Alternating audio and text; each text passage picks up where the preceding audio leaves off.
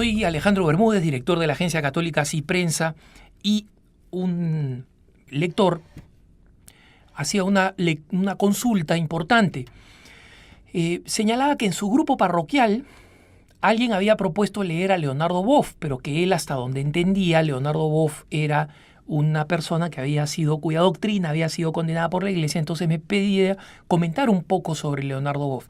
Yo creo que no vale la pena detenerme en Leonardo Boff, porque es una personalidad un poquito passé, como dicen los franceses, ¿no? O sea, ya pasada de moda. Él mismo se disparó al pie desde el punto de vista de la teología católica cuando se rebeló contra la Iglesia, cuando decidió salirse de sacerdote, hacer pública la relación que venía manteniendo, incluso de sacerdote, con su secretaria, y finalmente declararse un teólogo ya no católico, sino un teólogo ecuménico de matriz católica, como él mismo se llama, ¿no? Donde escribe libros de lo que él llama ecoteología, ¿no? Entonces, obviamente, en esas circunstancias, el padre Leonardo Boff y sus escritos están fuera de toda duda que no corresponden a las enseñanzas de la Iglesia, ¿no? Pero es importante otros casos que no son tan escandalosos como el de Boff. Pensemos en Hans Küng, por ejemplo, este teólogo que ahora a los 85 años lanza un nuevo libro insultando al Papa, a la Iglesia, que han traicionado el Concilio Vaticano II, de la que él se siente dueño porque él fue un asesor importante durante el Concilio Vaticano II, pero que ahora todo lo que él dice es una contradicción del Concilio Vaticano II. Él dice, por ejemplo, que la Congregación para la Doctrina de la Fe no debería existir, que no existe autoridad jerárquica dentro de la Iglesia, y el Concilio Vaticano II, cuando uno toma la Constitución sobre la Iglesia, Lumen Gentium, por ejemplo, clarísimamente señala que la Iglesia mantiene la tradición de la jerarquía eclesiástica porque fue establecida por Jesucristo. Jesucristo estableció unas autoridades que fueron los apóstoles, les dio a ellos la potestad de los sacramentos y de conducir a la Iglesia, y puso a uno de ellos como cabeza y representante suyo, a Pedro, como vicario de su misma presencia. Entonces, Leonardo Boff habla de estas cosas de una manera completamente dogmática, es decir, él habla pontificando, el pontífice es él, ¿no? Y es irónico que el libro por el cual fue condenado a final de la década de los 80, o sea, hace ya muchos años, el libro por el cual su doctrina fue condenada, porque una vez más, por si acaso, la Iglesia no condena a la persona, no dice se va a ir al infierno, es una persona mala, no, hay que botarla de la Iglesia, no le suprime el acceso a los sacramentos, no tiene ningún tipo de, entre comillas, castigo, no hay castigo, solamente hay un anuncio público de que su doctrina es una doctrina errada y que no puede enseñar a nombre de la Iglesia Católica a menos que se retracte. Y por supuesto, a lo largo de los años, Hans Küng no solamente no se ha ido retractando, se ha ido radicalizando en sus posturas. Cuando yo leí Infalible, a finales de la década de los 80, era bastante joven, era un muchacho, ¿no? Pero ya estaba interesado en estos temas. El libro me pareció enredadísimo, complicadísimo, dificilísimo de entender, además que era un bodoque, ¿no? Gruesísimo.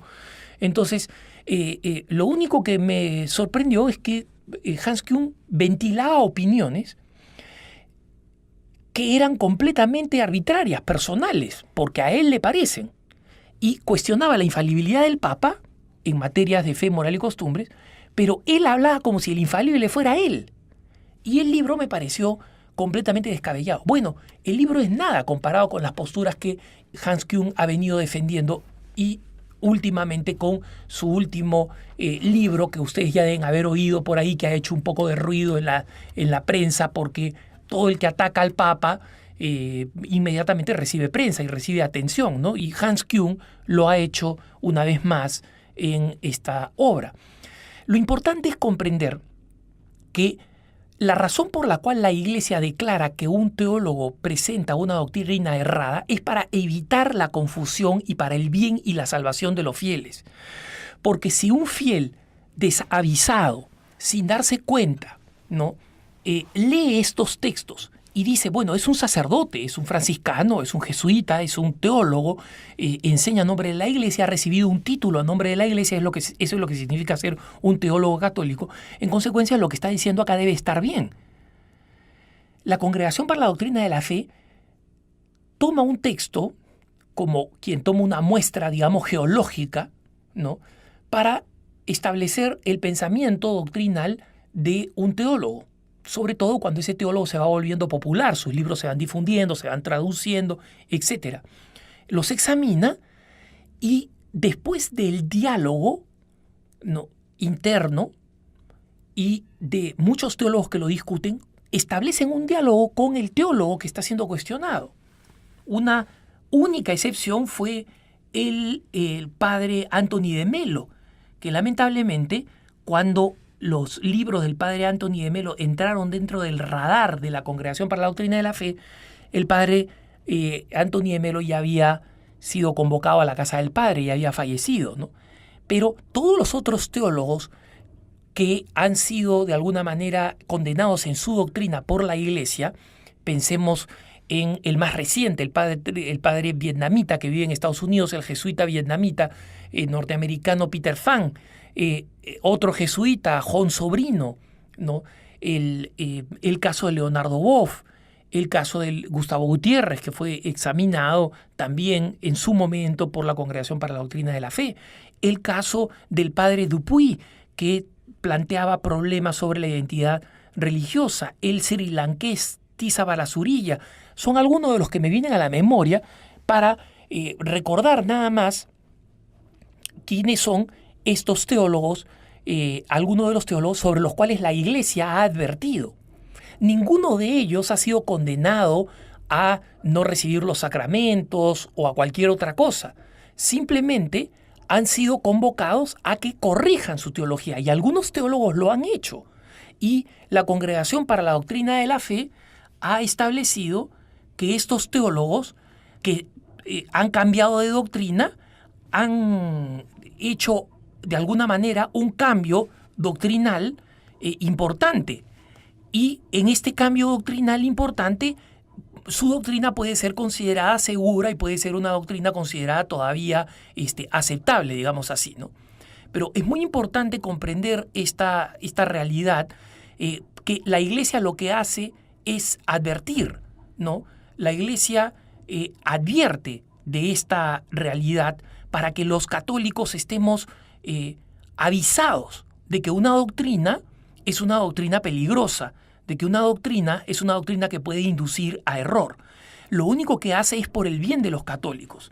Nadie, la Congregación para la Doctrina de la Fe, no envía policías, no manda guardias suizos vestidos de colores con su alabarda a la puerta de la casa de esta persona. Entonces, cuando Hans Küng dice la persecución de los teólogos, cuando Leonardo Boff abandonó la Iglesia diciendo no soporto más la presión, ¿quién lo estaba presionando? Estaban esperando que él se corrigiera, y él había aceptado 5 años de silencio y de meditación y de reflexión para revisar su propia teología en un encuentro personal con el Vaticano, en la Congregación para la Doctrina de la Fe.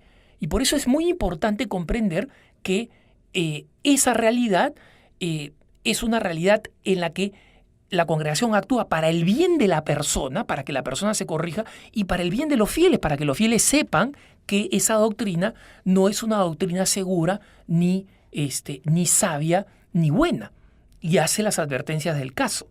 Entonces, por eso es que es necesario tener en cuenta que no tiene sentido alguno llevar libros de una persona cuya doctrina ha sido condenada a una reunión de iglesia, sabiendo que en primer lugar existen textos que son infinitamente más valiosos, que existen ahí textos de los padres de la Iglesia, encíclicas de la Santa Madre Iglesia, textos de grandes teólogos modernos como pueden ser el mismo cardenal Ratzinger, como Henri de Lubac, etc., textos de gran edificación como existen teólogos de divulgación o maestros espirituales, y en consecuencia no existe ninguna razón para traer a un grupo de una iglesia, a un grupo parroquial, un texto que no va a ser de ninguna edificación sino de confusión.